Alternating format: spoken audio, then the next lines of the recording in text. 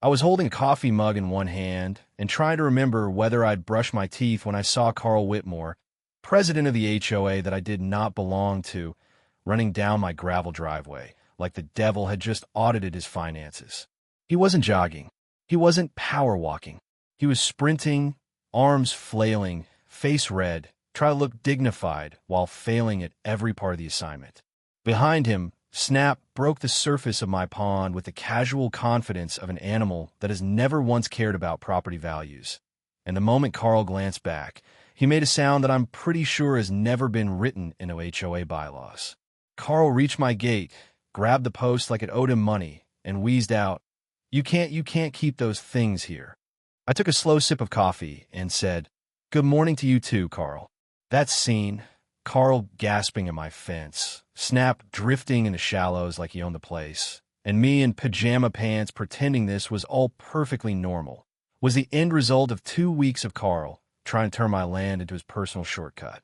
And if you're wondering how a guy like me ended up with 3 legally permitted crocodiles and a wildlife habitat sign bolted to his gate, it started the same way most neighborhood disasters start, with a man in a collared shirt deciding your boundaries were more of a suggestion. 2 weeks earlier, my biggest problem was a sprinkler head that wouldn't stop spitting water at the exact angle needed to soak my boots. I am Jake. I live just outside the HOA line. Not kind of outside. Not technically inside, but paperwork is weird. Outside, my granddad left me this land, and I've kept it the way he liked it. Uncut grass where it makes sense, a tractor path that's more dirt than road, a shed full of tools and memories that smell like oil and old wood, and enough quiet that you can hear your own thoughts if you're unlucky. I wasn't looking for conflict. I wasn't looking for a crusade. I was looking for peace and maybe a Saturday where I didn't have to fix something. Then I noticed the flags. Little pink survey flags lined up across my field like someone had started building an airport for ants. At first, I honestly thought some kids had gotten into mischief. Then I followed the line and felt my stomach drop because those flags didn't wander. They were precise. They cut right across my fence line through my clover patch and ended near my well house like they had a personal vendetta against anything I paid to install. I stood there for a second, trying to find a reasonable explanation. I didn't get one. What I did get was the soft electric hum of smugness approaching on tiny wheels. A brand new golf cart rolled up near my property edge, and there was Carl Whitmore behind the wheel like he'd been born with a clipboard in his hands. He parked, adjusted his sunglasses, and smiled at me the way people smile when they're about to tell you something they already decided you agreed to. "Morning, neighbor," he said, like we were 2 friends meeting at a barbecue instead of a man trespassing while decorating my land with survey flags. I looked at the flags, then at him. "Can I help you?" I asked. Carl nodded toward the field like he was unveiling a statue. "Just marking out the new community trail," he said. "We got approval last week. It's going to be a real treat for the ATV crowd. Cut straight through here." I blinked, not because I didn't hear him, because I was giving my brain a moment to catch up and confirm he had actually said "through here" while standing on land that was very obviously not community, anything. "Through my land," I said. Carl nodded like I'd complimented his tie. "Yeah, the board voted last month to extend the trail network, and your parcel connects 2 sides of the community. Technically, it's a bit of a gray area, but the master plan sort of includes you now. It just makes sense." There are moments in life where you realize you're not talking to a person, you're talking to a role. Carl wasn't here as Carl. He was here as HOA president, which in his mind apparently meant he could reassign my acreage like it was a seating chart. I pulled out my phone and showed him the property boundary map and appraisal, something my granddad had taught me to keep handy, because land is the one thing people will try to take with a straight face. "My land is outside your HOA," I said, holding it up so he could see the line in black and white. "Always has been. My address isn't even on your registry." Carl waved it off with a laugh that was designed to sound friendly, but landed like a mosquito. "Oh, that. Small hiccup," he said. "We're working with zoning to fix the lines. Honestly, it'll be cleaner once we're done." I stared at him. "Let me get this straight," I said. "You're claiming I'm in the HOA now because it's convenient for your trail." Carl's smile tightened. "It's progress, Jake. Some people don't get it until it's built. You'll see." Once it's running, property values go up, we all win. That's when it clicked. This wasn't a misunderstanding. This was strategy. Carl wasn't asking. He was behaving like it was already decided, because if he could get the first shovel in the ground, he could argue momentum. People like Carl love momentum. It's their favorite substitute for permission.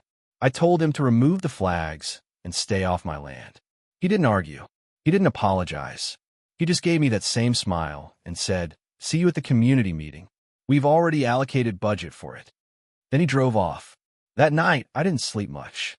Not because I was scared of Carl personally, but because I know how this works. The first time someone tests your boundary, it's polite. The second time, it's pressure. The third time, it's force. I woke up the next morning to the sound of an engine that did not belong on my property. When I walked out, there was a small bulldozer and 2 landscaping trucks parked near my fence. A worker was standing there looking confused, like he'd been told this was a normal Tuesday. And my shed, the one that had stood in the same spot for years, was knocked sideways like someone had bumped it with a careless shoulder. I walked over and asked what in the world they were doing. One of the workers said, "We were told this was HOA property. Trail extension." He said it in that tone people use when they don't want to be involved in whatever's about to happen next.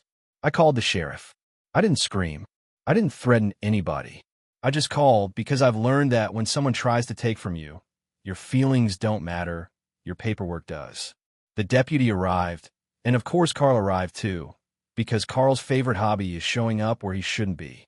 He rolled in like a man arriving to cut a ribbon, holding a folder of papers like it was holy scripture. The deputy looked at me, looked at the trucks, and asked Carl what was going on. Carl handed over his paperwork. The deputy flipped through it, frowned, and said, "This looks questionable." Carl leaned in like he was sharing a secret. "It's approved," he said. The deputy looked at me and shrugged in the way law enforcement does when they can smell a civil dispute from a mile away and don't want to spend the rest of the afternoon in court. "If you have camera footage of them trespassing, that helps," he said. "Otherwise, it's likely a civil matter." Carl gave me a wink. A wink, like we were 2 men playing a game. "Guess you should install cameras, neighbor," he said, and drove off. I stood there in my yard, staring at my crooked shed, and I felt something shift in me. Not rage, not panic, something colder and more useful, resolve. That evening I sat on my porch with my friend Ray, retired military, lives down the road, the kind of guy who fixes things without complaining and notices details most people miss. I told him everything. The flags, the golf cart speech, the bulldozer, the deputy. Ray listened, took a long drink, and said, "HOA people are their own breed." Then he stared out at my lower field, the patch of low ground where water liked to collect after storms. "You know what would freak them out more than lawsuits?" he asked. I laughed without humor. "What a bear!" Ray didn't smile. "Crocodiles," he said deadpan. I stared at him. "You're joking," I said. "I'm not," he replied. "Put a few in a pond. Call it a wildlife sanctuary. They'll never set foot there again." I actually did laugh that time because it was absurd. Then I stopped laughing because the idea had teeth. Not literal teeth, though it could come with those, but legal teeth. Could I even do that? I asked. Ray lifted an eyebrow. "You're asking the guy who used to build camouflaged bunkers for a living," he said. "If it's legal, we can do it." That night, I opened my laptop and started digging. Not the pond. The rules. I looked up state wildlife regulations, exotic animal permits, habitat designations, fencing requirements, signage rules, inspection schedules, the kind of paperwork that makes normal people give up and buy a condo. And here's the part that surprised me. It wasn't impossible. It was just annoying. If I register my lower field as a reptile habitat, provided proper fencing, maintained a controlled environment, and obtained the right permits, I could legally keep non-breeding crocodiles in this state. It wasn't common, but not common and not allowed are 2 very different things. Carl had been relying on people not knowing the difference. I barely slept, not from fear, but from that wired energy you get when you realize the person bullying you has been standing on nothing but your politeness. The next day, I drove to a local herpetology center, mostly expecting someone to laugh me out of the building. Instead, the woman at the desk listened, asked a few pointed questions, and said, "You'd be surprised how often we get calls like this." She didn't say it like she approved. She said it like she'd seen what happens when people mess with the wrong landowner. She introduced me to a handler who walked me through the reality. Permits, enclosures, feeding protocols, inspections. Then she told me they had 3 older crocodiles that needed a home. Animals that couldn't go back into any breeding program, but were healthy and manageable with the right setup. Their names were Snap, Crackle, and Pop, which sounded cute until I saw Snap's head and realized he could remove a limb without getting up from his nap. I went home with a stack of forms and the feeling that I was either about to do something brilliant or something I'd have to explain to my insurance company in a very careful tone. Ray came over that afternoon, looked at the forms, and said, "So we're really doing this?" "We're doing this legally," I said. Ray grinned. "That's the best kind." Over the next few days, I stopped being a guy who lives on some land and became a guy who is building a compliant wildlife habitat. I filed paperwork with the state. I contacted an environmental consultant Ray knew from years back. I marked out the low ground for a proper pond shape that would hold water, not just mud. I ordered fencing, not cute little garden fencing, real fencing. I put up temporary signs right away. Wildlife habitat. Do not enter. Authorized personnel only. I installed cameras because Carl had basically dared me to, and I'm not above accepting a dare when it comes with legal leverage. Carl drove by once or twice in his golf cart, slow enough that I knew he wanted me to notice him, and he smiled at my new signs like he thought I was bluffing. The thing about bluffing is it only works when you don't actually have the cards. By the time the permits came through, I had a binder that could stop a bullet. It wasn't just one document. It was layers: state approval, county notifications, habitat registration, enclosure specifications, feeding plans, inspection schedules. Paperwork so complete that it practically introduced itself when you opened the folder. When the transport truck arrived with the crocodiles, the driver stepped out, looked at my property, looked at me, looked at Ray, and said, "You sure about this?" I said, "As sure as a man can be when he's about to unload 3 prehistoric reptiles onto a piece of land that used to grow clover." He didn't laugh. He just handed me the documents and said, "Sign here." We got them settled in with the handler's help, and then it was just quiet again in a new way. The pond became real. The fencing held. The sign stood.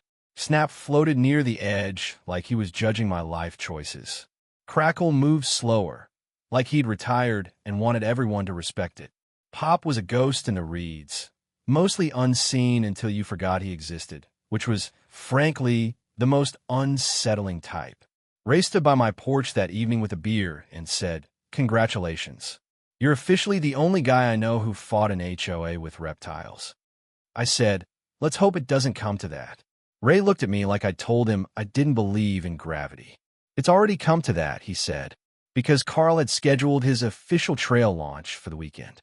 He'd invited the board, a bunch of residents, and because Carl loves documentation almost as much as he loves control, a photographer. In Carl's head, this was going to be a feel-good moment. A ribbon cutting, a few smiles, maybe a local newsletter mention about community progress. What he didn't account for was that my progress came with warning signs and a permit number. On Saturday morning, I didn't do anything dramatic. I didn't stand there with a speech. I didn't wave a flag. I just made coffee and watched from a safe distance as the HOA group gathered near my fence line, looking confused that their trail ended at a gate that very clearly did not belong to them. Carl showed up in his button-up shirt again, of course. He started talking to them like the fence was temporary. He pointed at my land like he still expected it to obey him. Then one of the board members, some guy who looked like he'd never gotten mud on his shoes willingly, leaned over the fence to take a better picture. And that's when Snap surfaced close enough that the man's smile died mid-expression. He jerked back, stumbled, and made a noise that turned the whole group toward the pond. Snap didn't charge the fence. He didn't need to. He lifted his head, opened his mouth just enough to display the reality of the situation, and the message landed instantly. This is not your trail. Panic is a funny thing. It spreads faster than any HOA email. The board member yelled. Papers flew. The photographer squealed and stepped back like her camera was suddenly allergic to swamp water. Carl, who had been so confident for so long, froze, then tried to recover by puffing up. "This is unsafe," he shouted, louder than necessary, because volume is what people use when they run out of authority. I took another sip of coffee and felt something I hadn't felt since the bulldozer day. Relief. Not because I enjoyed scaring people. I didn't. Relief because for the first time, Carl looked like a man realizing there were limits. Not limits he could negotiate. Limits that did not care about his title. And as I watched him stand there, red-faced and furious, staring at the pond like it had personally betrayed him, I knew the next phase was coming. Carl wasn't the type to lose quietly. Men like him don't retreat. They escalate. The only difference now was that I had cameras, permits, a fence, and 3 crocodiles that had absolutely no interest in his master plan. By Monday morning, Carl had decided the crocodiles were a public relations problem instead of a legal one, which told me 2 things. First, he had read enough of the permit binder to know I wasn't bluffing, and second, he still believed image was stronger than law. I found out the first hint of his new strategy through Leah, my niece, who lived inside the HOA and had a talent for quietly observing chaos. She texted me a screenshot from the HOA group chat. Carl had posted a long message about unauthorized wildlife installations, community safety concerns, and protecting our shared environment. He never once mentioned that the shared environment he was worried about did not include my land. He ended the message with a line that made me laugh out loud. "We cannot allow one individual to derail a $40,000 community investment." I wasn't trying to derail anything. I was trying to keep bulldozers off my property. But in Carl's version of events, I had become the villain who introduced reptiles into his master plan. That week, I leaned into the one thing Carl underestimated: patience. While he typed dramatic emails, I added layers. I finalized the wetland registration with the State Conservation Department. I had an ecologist come out to inspect the site, not because I had to, but because extra documentation never hurts. She walked the perimeter, checked the fencing height, asked about feed schedules, and nodded approvingly when she saw the signage. "You've done this properly," she said. "Most people don't." I told her I'd had motivation. She didn't ask what kind. Ray helped me reinforce the eastern fence with heavier panels. Not because the croc would try to leave, but because I suspected someone might try to come in. We installed additional cameras with wider angles and set up motion-triggered lights that turn night into daylight. I wasn't preparing for an attack. I was preparing for proof. Carl, meanwhile, was doing what men like Carl do when they feel cornered, escalating without thinking about consequences. On Wednesday afternoon, a drone appeared over the pond. It hovered at first, buzzing low enough to be irritating but high enough to avoid the fence line. I stepped outside and looked up just in time to see Snap's head break the surface. He watched the drone with calm interest, the way you might watch a fly that hasn't decided if it wants trouble. The drone dipped lower. I don't know if it was curiosity or arrogance on the operator's part, but it descended just enough to make a statement. Snap responded faster than the drone operator could blink. He surged upward, jaws snapping shut with a sound that carried across the field. He didn't catch it, but the drone jerked backward in panic, clipped a reed, and spiraled into the water with a pathetic splash. There was a split second of silence, and then a group of teenagers standing near the old trailhead cheered like they'd just witnessed a sport highlight. I didn't cheer. I just folded my arms and watched as the drone's propellers went still. Leah sent me a message 10 minutes later. It's already on Facebook. Someone had filmed the whole thing. The caption read, "When HOA drones meet real predators." By that night, the clip had thousands of views. By morning, it had tens of thousands. Carl's carefully constructed narrative about unsafe wildlife was losing ground to a much simpler image: a man who tried to film something that wasn't his and lost a drone for his trouble. The next day, a county development liaison showed up at my gate with Carl trailing behind him like a disappointed parent. The liaison introduced himself, explained that concerns had been raised about recent landscaping modifications, and asked if he could review my documentation. I said of course, and handed him the binder. He flipped through page after page in silence. Permit numbers, state approvals, inspection schedules, wetland registration. When he reached the section detailing compliance with fencing regulations, He paused, looked up at the reinforced panels, and then back at Carl. "It appears everything is in order," he said carefully. Carl's jaw tightened, but he said nothing. After the liaison left, Carl stood there for a moment like he wanted to say something clever. Instead, he settled for, "This isn't over." I nodded. "It doesn't have to be anything at all," I replied. That weekend, the HOA announced a community cleanup day, conveniently located near the edge of my property. I recognized it for what it was, proximity disguised as volunteerism. People gathered near the fence, pretending to collect trash while staring at the pond like it was an exhibit. I didn't interfere. I stayed visible but calm. Then, sometime mid-morning, another drone appeared. This one was more cautious, hovering higher. It circled, dipped slightly, and steadied. Snaps surfaced again, slower this time, calculating. The drone operator must have felt safe at that height because it drifted just a little lower for a better angle. That was all it took. Snap launched, water exploding upward in a clean arc, jaws snapping inches from the device. The drone veered wildly and shot upward, escaping this time, but not before several onlookers gasped loud enough to draw attention. The message was clear. The pond was not a spectacle. It was habitat. Leah's phone captured that near miss too, and by evening the phrase HOA versus Crocs was trending locally. Carl's authority was shrinking by the hour, and he knew it. That night, around 2 in the morning, my phone buzzed with a silent alert from the motion system. Ray and I had started rotating light sleep schedules ever since the first bulldozer incident. I checked the feed and saw a figure moving along the eastern fence line. Hoodie, gloves, not someone out for a midnight stroll. I nudged Ray, and we moved quietly to the back porch. The motion lights flared on, flooding the area in harsh white. The figure froze, then tried to slip through a gap in the brush near the fence corner. Ray hit the spotlight while I called the sheriff. The intruder tripped on uneven ground and fell face first into the mud a few feet from where Pop liked to rest. He scrambled back in panic, slipping again, until sirens approached in the distance. When deputies arrived, they hauled him up, muddy and shaking. Turns out he was a contractor who had done work for the HOA before. He claimed he was checking drainage. At 2 in the morning, wearing gloves. The deputy didn't look impressed. Carl denied knowing anything about it the next day, of course, but the timing was convenient. The arrest changed something in the atmosphere. HOA board members who had previously been silent began to ask questions.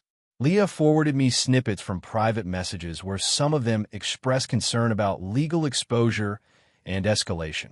Carl responded by doubling down, sending out a formal notice to me accusing my Crocodile pond of posing a community hazard and demanding immediate removal of non-compliant exotic species.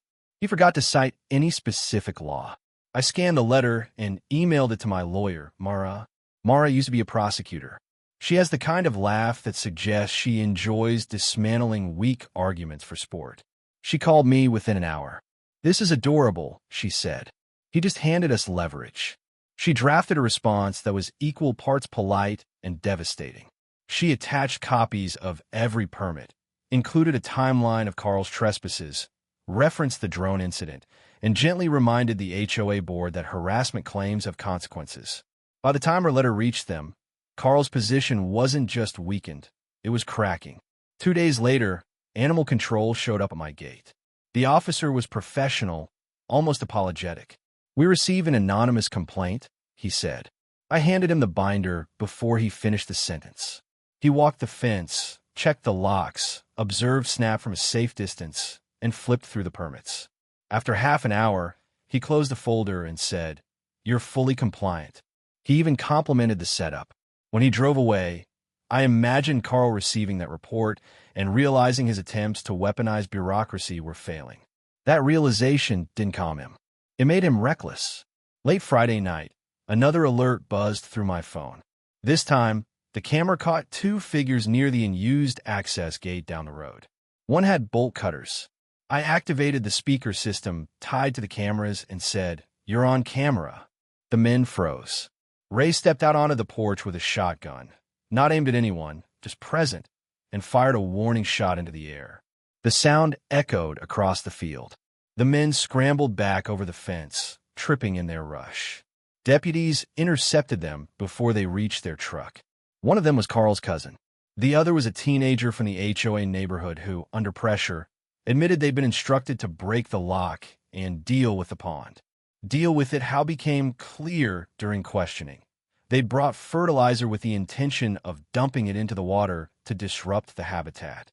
When I heard that, I didn't feel anger. I felt confirmation. This was no longer about a trail. This was about a man who couldn't accept limits. The sheriff paid Carl a visit the next morning. I wasn't there, but I heard enough from Leah and the local rumor mill to understand that Carl's confidence had thinned considerably. A temporary restraining order followed shortly after, restricting his direct contact and any activity near my property. The HOA board called an emergency meeting without him. Leah texted me updates in real time. Words like liability and removal started appearing. I didn't celebrate.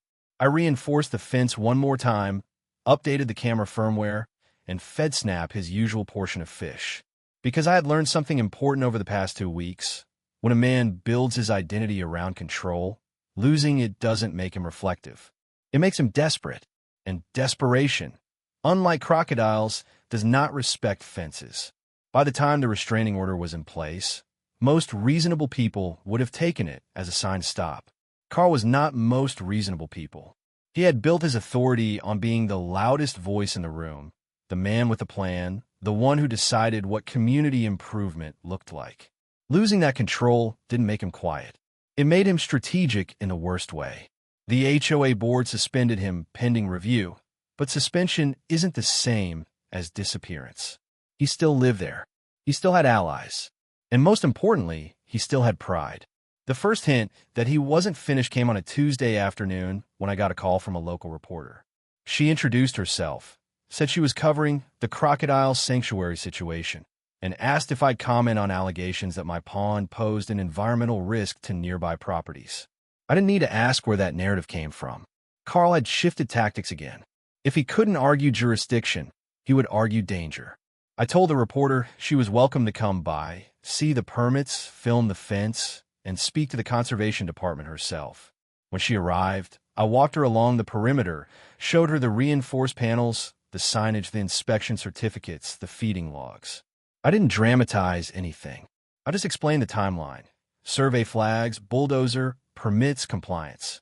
She nodded, took notes, and filmed Snap drifting lazily near the surface. That evening, the segment aired under a headline that Carl definitely did not approve of. Local man turns land into legal wildlife sanctuary after HOA dispute. The story didn't portray me as a hero. It portrayed me as prepared. Carl, on the other hand, came off as evasive. He gave a brief statement about community cohesion and unexpected complications. It wasn't the kind of soundbite that inspires confidence. The public response shifted quickly. Neighbors who had once stayed neutral started asking questions about the trail budget. HOA members began requesting documentation of how funds had been allocated. Leah told me the group chat had turned from outrage to suspicion. Carl was no longer defending a trail. He was defending himself. That was when things got ugly. Around 3 in the morning on a Friday, the camera feed pinged again. This time, it wasn't 1 or 2 figures creeping along the fence. It was a flatbed truck parked near the old access road a quarter-mile down. 2 silhouettes moved toward the pond, carrying something bulky. I zoomed in on the feed and felt my jaw tighten. Shovels and bags. Ray was already awake when I stepped into his room. "Truck," I said. He didn't ask for details. We moved quietly to the porch and watched the figures approach the eastern berm. The motion lights snapped on, bleaching the scene white. One of the men dropped a bag and bolted. The other froze long enough for me to catch a clear frame of his face on the infrared feed. They didn't get far. Deputies intercepted them before they reached the road. When the sheriff called me later that morning, his tone was no longer neutral. They had fertilizer, he said, enough to disrupt the water chemistry. It wouldn't have killed the crocs outright, but it would have damaged the habitat, potentially invalidated parts of my permit, and created exactly the kind of regulatory headache Carl could weaponize. One of the men cracked under questioning. He admitted they'd been encouraged to handle the problem quietly. When asked by whom, he hesitated long enough to confirm what we already suspected. Carl denied involvement, of course, but the pattern was forming a shape that even the HOA board couldn't ignore anymore. An emergency vote was scheduled. I stayed out of it publicly. I didn't campaign. I didn't send messages. I let the evidence speak. Meanwhile, Carl escalated one last time, and this one surprised even me. It happened just past midnight a few nights later. I heard the engine before I saw the lights. Not the high whine of a drone. Not the idle of the pickup. A heavy diesel growl that didn't belong anywhere near my pond. I stepped onto the porch and saw headlights cutting through the tree line. A bulldozer. For a second, I honestly thought I was misreading it. Then the machine pushed through the brush and angled toward the eastern berm. Ray was beside me before I said a word. "He's really doing it," he muttered. The cameras had already triggered alerts. I hit the panic sequence on the system. Sirens blared. Floodlights ignited the entire field. The bulldozer lurched in surprise, the operator clearly not expecting resistance. He tried to pivot, but the ground near the berm was soft by design. The treads dug in and sank. Mud swallowed half the machine before he could reverse. The second figure, standing lookout, panicked and ran, slipping almost immediately in the wet grass. Ray moved toward the stuck bulldozer while I called the sheriff. I shouted for the driver to step out. He hesitated, then climbed down with hands raised. He wasn't a professional contractor. He was nervous, young, and very aware he had made a mistake. The lookout didn't get far. Ray intercepted him near the fence line, flashlight beam steady, voice calm but unmistakably firm. When deputies arrived, they had a full show waiting. A bulldozer nose down in mud, 2 men in custody, and 3 crocodiles floating in quiet indifference. Under questioning, the driver admitted he'd been paid in cash for a quick dirt job. No paperwork, no permit, no contract. When pressed on who hired him, he named Carl without theatrics. The sheriff didn't look surprised. By sunrise, Carl was officially under investigation for conspiracy to commit property damage and violation of the restraining order. That morning, he made the mistake of asking the sheriff, "Do you know who I am?" The sheriff reportedly replied, "Yes." "Do you?" News travels fast in small communities, but video travels faster. Leah had already clipped the infrared footage of the bulldozer sinking into the berm. By noon, it was circulating everywhere. The narrative was no longer about a wildlife dispute. It was about a former HOA president allegedly orchestrating sabotage. The board convened that evening without Carl. The vote wasn't close. He was removed by a margin that left no ambiguity. Authority revoked. Access to funds frozen. Investigation pending. I didn't attend. I fed Snap, checked the fence, and updated my lawyer. The following week in court, Carl attempted one final maneuver. He filed a motion claiming emotional distress and defamation, arguing that the viral videos had damaged his reputation. Mara arrived with the full archive: permits, inspection logs, drone footage, trespass arrest, the bulldozer incident. She played the clips in sequence. When Snap lunged at the drone on screen, a ripple of suppressed laughter moved through the courtroom. The judge didn't laugh, but he didn't look sympathetic either. Carl's motion was dismissed with prejudice. The restraining order remained. Civil claims were left open. Outside the courthouse, reporters asked Carl for comment. He brushed past them, silent. I stood a few feet away answering basic questions. Did you ever intend this to become public? No. Did you feel threatened? Yes. Would you have removed the pond if legally required? Of course. But it wasn't. That was the point. In the weeks that followed, something unexpected happened. The pond stopped being a battleground and started being a place. A local school reached out about a small biology field visit. A scout troop asked if they could help build a viewing deck outside the fence line. A woodshop class donated a simple bench. I approved what made sense and declined what didn't. I never forgot why it existed in the first place. It wasn't a tourist attraction. It was a boundary. Carl's house went up for sale shortly after the court ruling. I don't know if he left because of the legal pressure or the social one. Probably both. I never spoke to him again. The trail he tried to force through my land was quietly rerouted inside actual HOA boundaries where it belonged. As for me, I went back to my sprinkler head, which still occasionally sprays at the wrong angle. The difference now is that when I stand in my field and look toward the fence, I don't see survey flags. I see reinforced posts, a compliant habitat, and 3 crocodiles that don't care about politics. I never set out to fight anyone. I set out to keep what was mine. The crocodiles were never the weapon. They were the reminder. Boundaries exist whether you respect them or not. The only real question is what happens when someone decides to test them. Carl's removal should have been the end of it, but real life doesn't close cleanly just because a vote goes your way. Power doesn't disappear overnight. It unravels. And when it unravels, it pulls threads with it. In the weeks after the bulldozer incident and the court dismissal, the HOA wasn't celebrating. It was scrambling.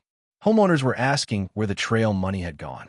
Contractors were sending invoices for work that had been started but never legally secured.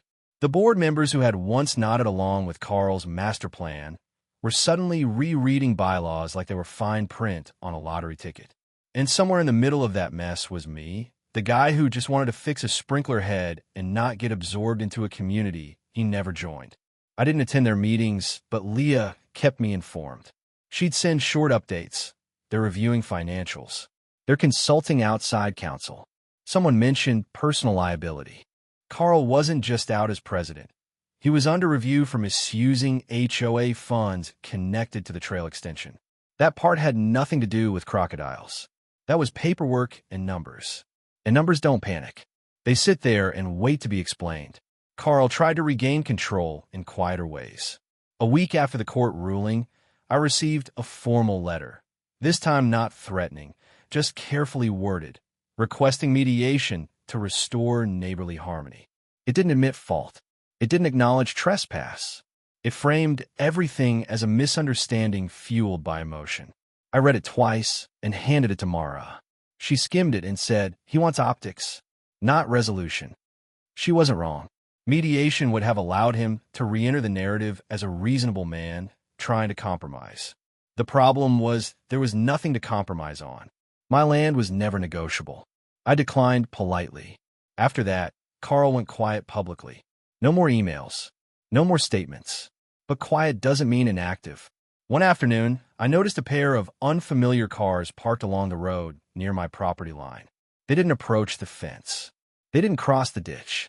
They just sat there. I let the cameras run and ignored them. Later that evening, a rumor surfaced in the HOA group chat suggesting my pond might lower adjacent property values. That was the new angle. Not danger. Not legality. Economics. If Carl couldn't scare people with safety, he'd scare them with money. The trouble was, data didn't support him.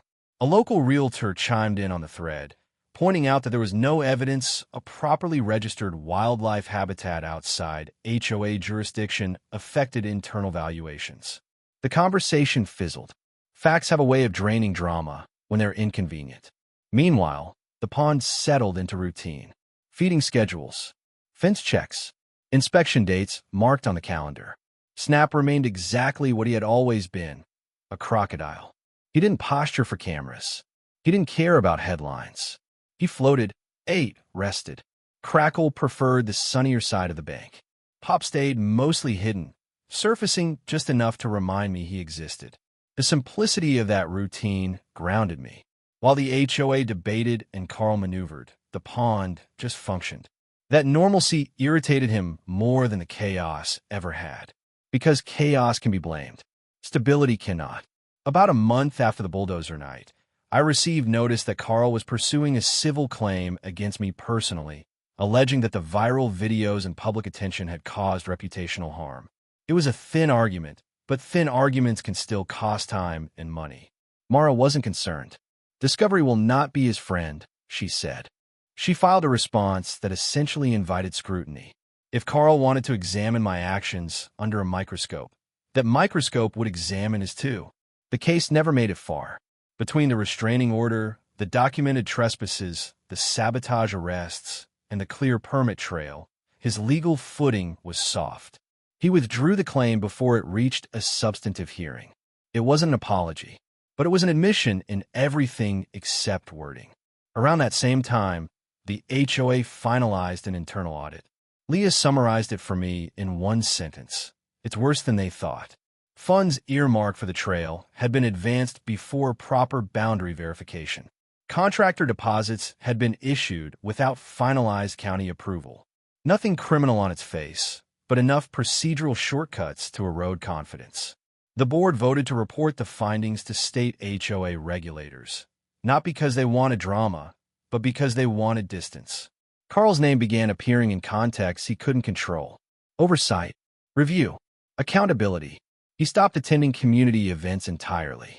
His house, once meticulously landscaped, showed small signs of neglect. Grass a little too long. Trash bin left out a day too late. Minor things, but noticeable. Pride shifts when it's under pressure. Through all of this, I kept my focus narrow.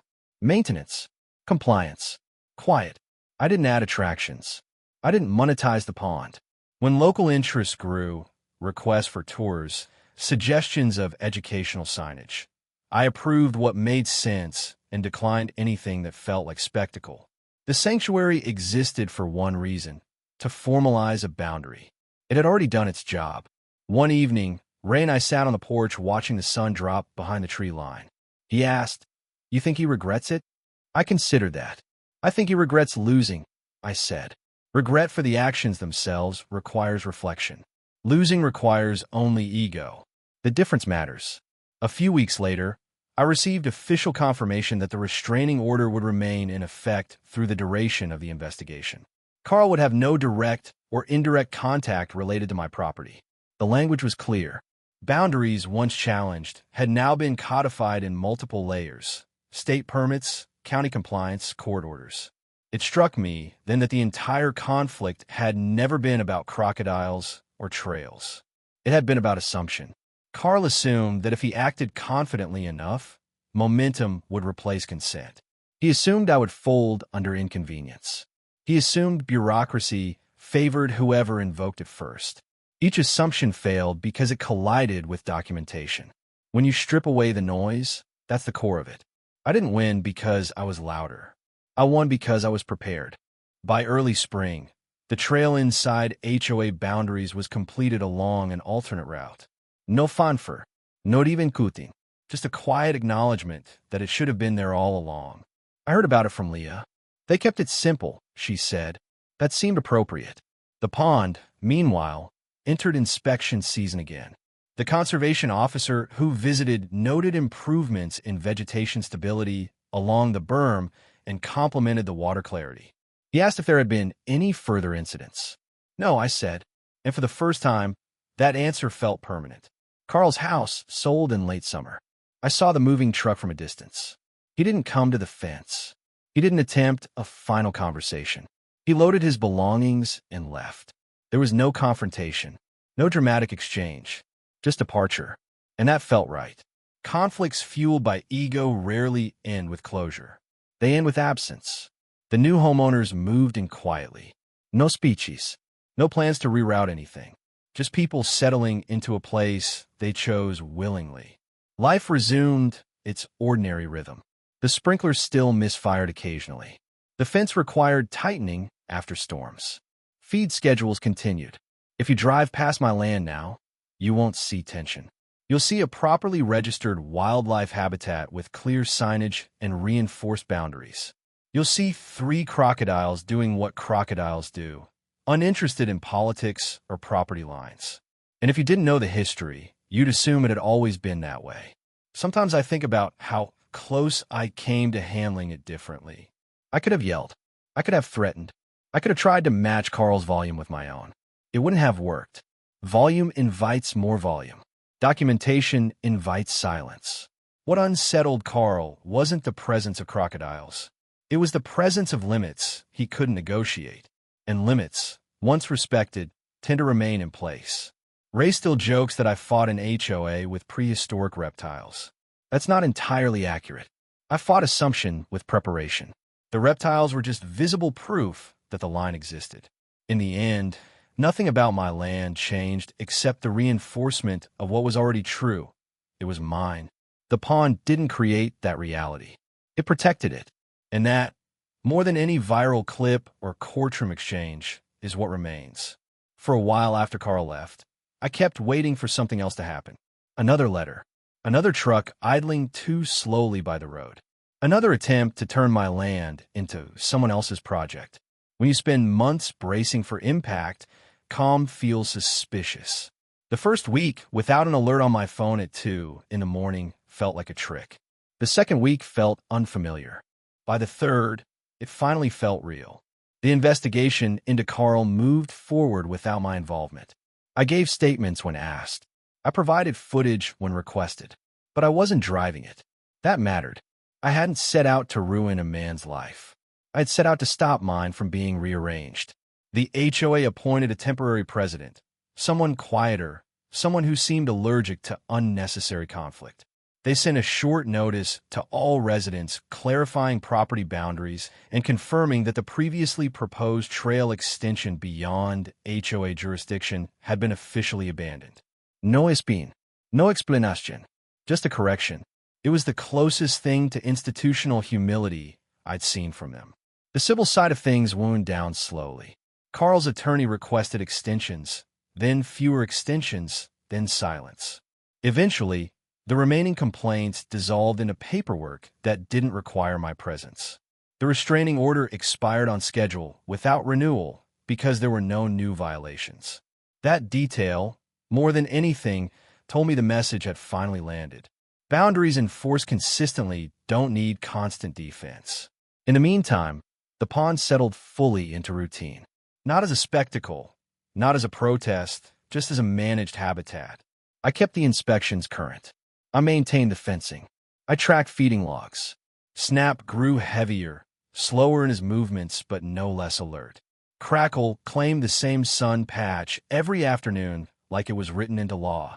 Pop remained elusive, surfacing when he felt like it and disappearing again without ceremony. The local curiosity faded into something healthier. A few scheduled school visits each semester. A conservation group that asked thoughtful questions instead of provocative ones. I never turned it into a business. I never added a gift shop or a donation box beyond what was necessary for maintenance costs. The pond existed because it had to. It didn't need to become anything else. One evening in late summer, as the light started to thin across the water, Ray leaned back in his chair and said, "You ever think about what would have happened if you'd just let him build the trail?" I didn't answer immediately. I pictured it. ATVs cutting through the lower field, noise replacing quiet, dust replacing still water, the slow shift from private land to shared corridor. I thought about how easy it would have been to give in early, to avoid conflict, to tell myself it wasn't worth the fight. It wouldn't have stopped there, I finally said. Ray nodded. We both knew that was true. Boundaries that move once tend to keep moving. A few days later, I received a certified letter from the State Conservation Department. For a moment, I felt that old tension in my shoulders. But when I opened it, it was simply confirmation that my habitat registration had been formally recognized as compliant for another cycle. No warnings, no notes, just acknowledgement. That piece of paper meant more to me than the court ruling had. Courts resolve disputes. Registrations recognize legitimacy. Around the same time, I heard through the usual channels that Carl had relocated out of state. No forwarding speech. No attempt at reconciliation. Just gone. I don't know what story he tells about what happened here. Maybe he frames it as overreach by regulators. Maybe he blames social media. Maybe he calls it a misunderstanding that spiraled. People rewrite their losses in ways that let them sleep. I don't begrudge him that. What matters is that he isn't here anymore trying to redraw my lines.